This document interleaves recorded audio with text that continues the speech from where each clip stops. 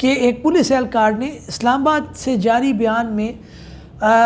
سلمان اکرم راجہ نے پولیس کی جانب سے روکے جانے کے واقعے پر رد عمل دیا اور کہا کہ میرے ٹویٹس اور سوشل میڈیا بیان کے بعد انتظامیہ نے نوٹس لیا۔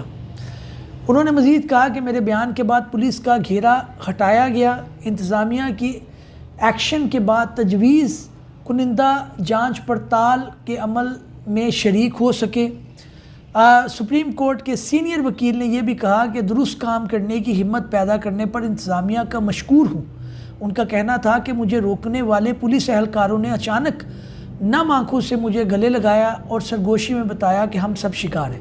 اب یہ اپنی جانچ پڑتال کا جو ہے وہ نومینیشن پیپر جمع کروا رہے تھے، اس کے اندر پولیس اہلکاروں کو روکا، انہوں نے ٹویٹ کیا، اس کے بعد ایکشن ہوا۔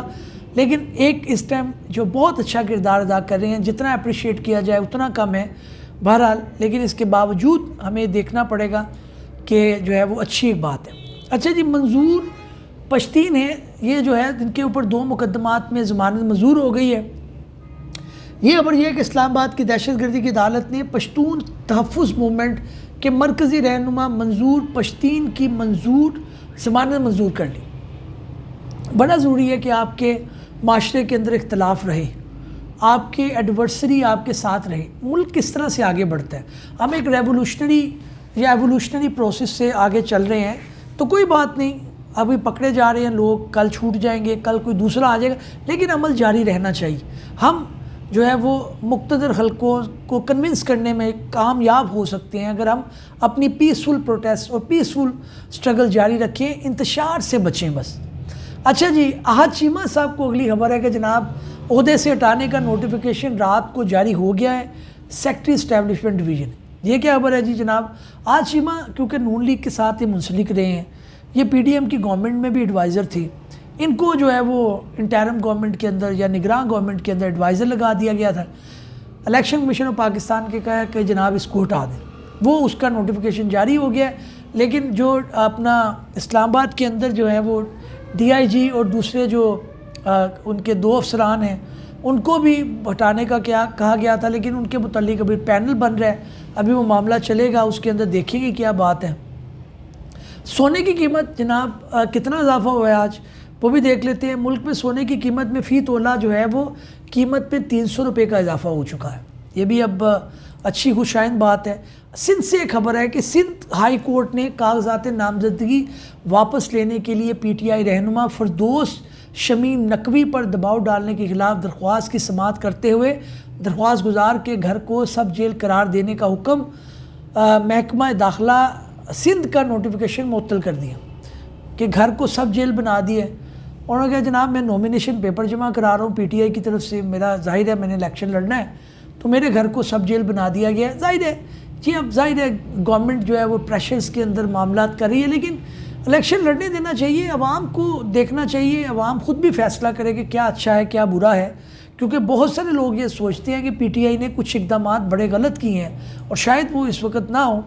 اچھا جی، پی ٹی وی سے ایک بڑی خبر ہے، انہوں نے ٹیسٹ میچ کا جو پاکستان اور آسٹریلیا کا ہے دوسرا ٹیسٹ نشر نہ کر سکے ہیں۔ اس کی بنیادی وجہ یہ ہے کہ وہاں پہ جو ہے وہ جوئے کے اشتہار چل رہے تھے، تو پی ٹی آئی نے کہا کہ اس کے معاملے میں تو جو پی ٹی وی ہے اس نے کہا کہ اس معاملے میں تو زیرو پالیسی ہے، یہ نہیں ہو سکتا کہ آپ جو ہے اس کے اندر آپ اپنا جوئے کے اشتہار چلائیں، اور پاکستان ایک مسلم کنٹری ہے اور اس کے اندر وہ چلے۔ انہوں نے کہا جناب اس کے اندر یہ بھی بڑی امپورٹنٹ بات ہے کہ جو بل بورڈ لگے تھے وہاں پہ اشتہار جوئے کے نہیں تھے، لیکن ورچوئل جو آتے ہیں نا، جو ٹیکنیک کے ذریعے آتے ہیں، تو وہ آ رہے تھے ٹیکنالوجی کے ذریعے، تو پی ٹی وی نے اس کو نہیں چلایا میچ کو، اور بڑی اچھا اقدام کیا کہ نہیں چلایا۔ جی، بینظیر بھٹو کا یوم شہادت، بینظیر بھٹو کا ظاہر ہے یوم شہادت منایا جا رہا ہے، یہ بڑا اچھی بات ہے، ایک بڑی لیڈر تھی، جیسے میں نے پہلے کہا ان کا یوم شہادت منانا چاہیے اور چھٹی بھی ہونی چاہیے، بڑا اچھا اقدام ہے نگران گورنمنٹ کا، اس کو اپریشیٹ کرنا چاہیے۔ اگلی خبر جناب سپریم کورٹ سے ہے کہ سپریم کورٹ میں چیئرمین پی ٹی آئی جو سابقہ ہیں، جو بانی P T I Imran Khan صاحب نے توشہانہ کیس فیصلے کے خلاف دوبارہ سپریم کورٹ سے رجوع کیا ہے۔ پہلے انہوں نے پٹیشن فائل کی تھی،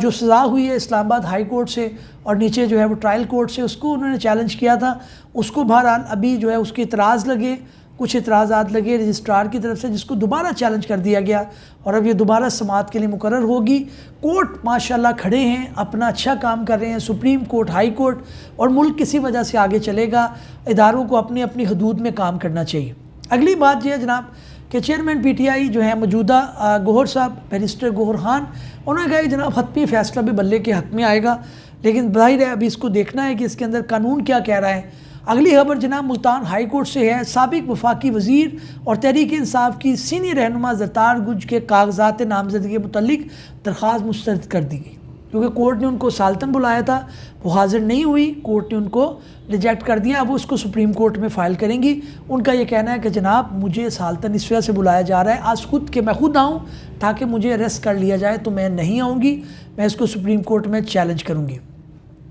اگلی جناب خبر یہ ہے کہ سی پی پی اے ایک ادارہ ہے، اس نے کی بجلی کی مہنگی کرنے کی درخواست جو ہے نیپرا کل سماعت کرے گا۔ جناب یہ نہیں ہونا چاہیے، غریب آگے پس رہے ہیں، اس کے اندر بڑے زیادہ مشکلات ان کے حالات ہیں، تو ضروری ہے کہ اس کے اندر جو ہے وہ خرچے کم کرنے کے لیے لوگوں پر کم سے کم بوجھ ڈالا جائے، لیکن بہرحال ابھی نیپرا اس میں سماعت کرے گی، پتہ چلے گا۔ ناظرین امید ہے ہماری یہ کاوش آپ کو پسند آئی ہوگی، نئے بھی لوگ میں حاضر خدمت ہوں گے، چینل کو سبسکرائب کر لیجیے گا، تب تک کے لیے اجازت دیجیے۔ اللہ